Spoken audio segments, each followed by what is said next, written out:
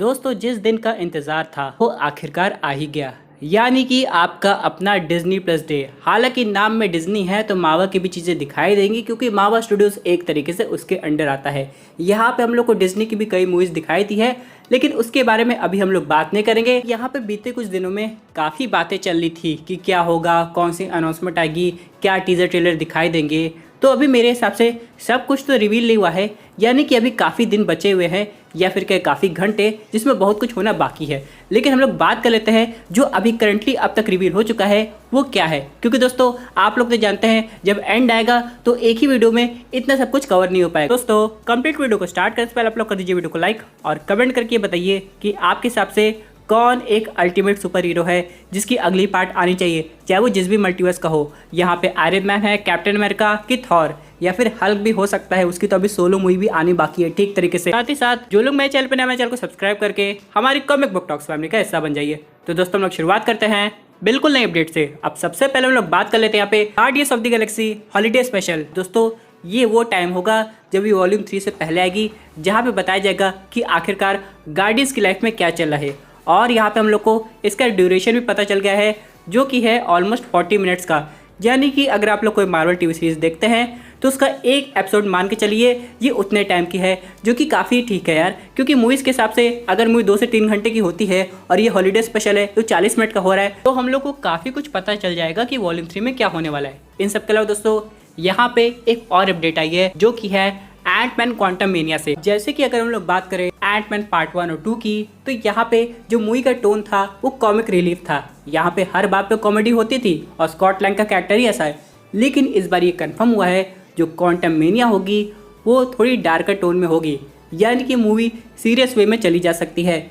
यानी यहाँ पे उतना कॉमेडी हम लोग को देखने को नहीं मिलेगा। ऊपर से यहाँ पे ये भी कंफर्म हो चुका है जो कैंग का वेरिएंट हम लोग को देखने को मिल रहा है वो पहले किसी टाइमलाइन में एवेंजर्स को खत्म कर चुका है। और ऊपर से दोस्तों ये जो मूवी है ये मल्टीवर्स सागा के हिसाब से काफ़ी इंपॉर्टेंट है, क्योंकि इसी से दोस्तों एक तरीके से एवेंजर्स कैंग डायनेस्टी की शुरुआत होगी। और यहाँ पे हम लोग को कैंग के बारे में और डिटेल में पता चलेगा कि उसका वेरिएंट कितना खतरनाक हो सकता है। इन सब के अलावा दोस्तों आप लोग जानते हैं स्काई डांस नाम की एक कंपनी है जो यहाँ पे कैप्टन अमेरिका और ब्लैक पैंथर का एक गेम बना रही है। और ये उस समय की बात है जब कैप्टन अमेरिका बर्फ में नहीं सोए थे बल्कि काफ़ी यंग थे, उनके पास सुपर सोल्जर सीरम आ गया था, लेकिन वो टीम अप हुए थे टचाला के साथ नहीं बल्कि उसके ग्रैंडफादर के साथ। अब यहाँ पे ये गेम सुनने में तो काफ़ी कूल लग रहा है, देखते हैं कि आगे जाके ऑडियंस इसे कितना पसंद करती है।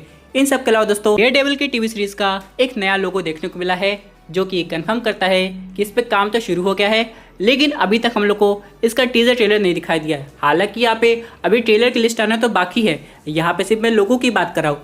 लेकिन यहाँ पे सबसे ज़्यादा जो हाइप क्रिएट हुई है वो है कैप्टन अमेरिका की वजह से, यानी कि कैप्टन अमेरिका जो 4 है वो आने वाली है। और यहाँ पे ये भी सुनने में आ रहा है कि उस मूवी में 2 ऐसे मेन कैरेक्टर्स का केमियो होगा जिसे ऑडियंस काफ़ी पसंद करने लगी थी, जो कि है यहाँ पे लाइला, स्टीव, मार्क या जेक लॉकली, आप जिसे भी कह सकते हैं। लेकिन हाँ ये 2 कैरेक्टर्स तो आने वाले हैं और अगर ऐसा हो गया तो आगे जाके दोस्तों हम लोग को मून नाइट भी एक्शन में दिखाई दे सकता है। बात कर लेते हैं हम लोग अपने अगले अपडेट की। इसमें ये कहा जा रहा है कि सीक्रेट इन्वेजन का ऑलरेडी ट्रेलर दिखा दिया गया है, लेकिन अभी तक ये ऑनलाइन नहीं आया है। हालांकि यहाँ पे कुछ चीजें लीक हो गई है, लेकिन यहाँ पे थोड़ा हम लोग को डिजिटल रिलीज का इंतजार करना चाहिए, तब आगे जाके और मजा आएगा। इन सब के अलावा दोस्तों अपकमिंग मार्वल प्रोजेक्ट्स के नाम पे कुछ और लोगो हम लोग को दिखाए गए हैं, जैसे कि वॉल्यूम 3 का, उसके बाद यहाँ पे एको का भी।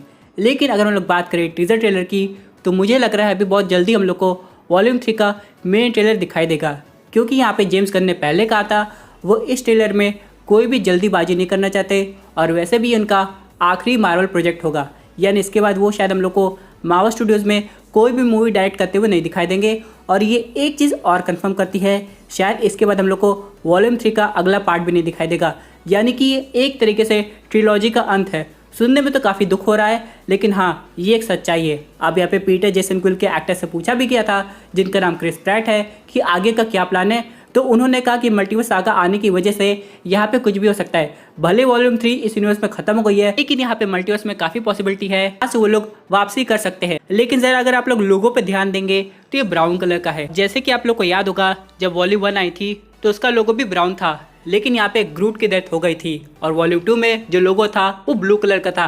इसका मतलब योंडू चला गया था। लेकिन ये जो कलर है मुझे दो बीइंग की याद दिला रहा है, जो कि है पहला रॉकेट रकून और दूसरा ड्रैक्स। पता नहीं इनमें से कौन जाएगा, लेकिन मैं तो ये बिल्कुल नहीं चाहता कि इन दोनों के साथ कुछ गलत हो। यानी यार दोस्तों, यह मूवी की एंडिंग हैप्पी होनी चाहिए, लेकिन जेम्स गन ने पहले क्लियर कर दिया है मूवी आपको एंड में रुला के जाएगी। अब देखते हैं कि आगे क्या होता है। अगर यहाँ पे इसका ट्रेलर आया तो ब्रेक डाउन करना थोड़ा मुश्किल हो जाएगा। लेकिन इन सब के अलावा दोस्तों बात कर लेते हैं अब तक की सबसे बड़ी अपडेट की, जो कि सुनने मारे की लीक हो गई है, लेकिन बहुत लोग कह रहे हैं जानबूझ के बनाई गई है।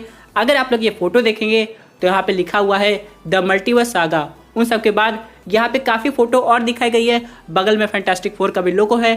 लेकिन सबसे इंपॉर्टेंट बात यह है कि इस सागा में हेनरी कैविल का भी इन्वॉल्वमेंट है, जैसा कि कहा गया था। अब यहाँ पे काफ़ी खबरें उठ रही थी, अगर ये मार्वल स्टूडियोज के साथ काम कर रहे हैं तो इनको कौन सा रोल मिलेगा। ऑडियंस की बात करें तो ऑडियंस ये चाहती थी वो सेंट्री बने और यहाँ पे कैप्टन ब्रिटेन भी चल जाता। लेकिन यहाँ पे अभी 2 महीने पहले ये खबर आई थी कि वो लोकी सीजन 2 में हाइपेरियन का भी रोल कर सकते हैं, जो कि एक तरीके का सुपरमैन है लेकिन ईवल वर्जन का। अब यहाँ पे अगर हम लोग बात करें इस कास्टिंग अपडेट की तो सुनने में ये आ रहा है, अभी तक कंफर्म नहीं हुआ है लेकिन मज़ेदार है कि यहाँ पे हेनरी कैविल जो है वो फैंटास्टिक फोर मूवी में डॉक्टर डूम का रोल प्ले कर सकते हैं। अब यहाँ पे चीज़ें एकदम बदल गई हैं, यानी कि उन्हें कोई ऐसा इमेजिन नहीं कर सकता है कि आखिरकार वही डॉक्टर डूम बनेंगे।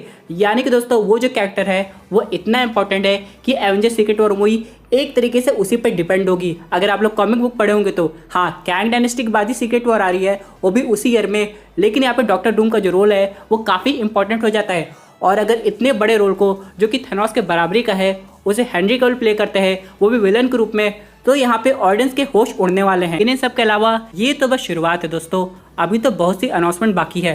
लेकिन मुझे लगा जितना चीज़ें आया हैं उसे कवर करना तो काफ़ी ज़रूरी हो जाता है, तो मैंने आपको बता दिया।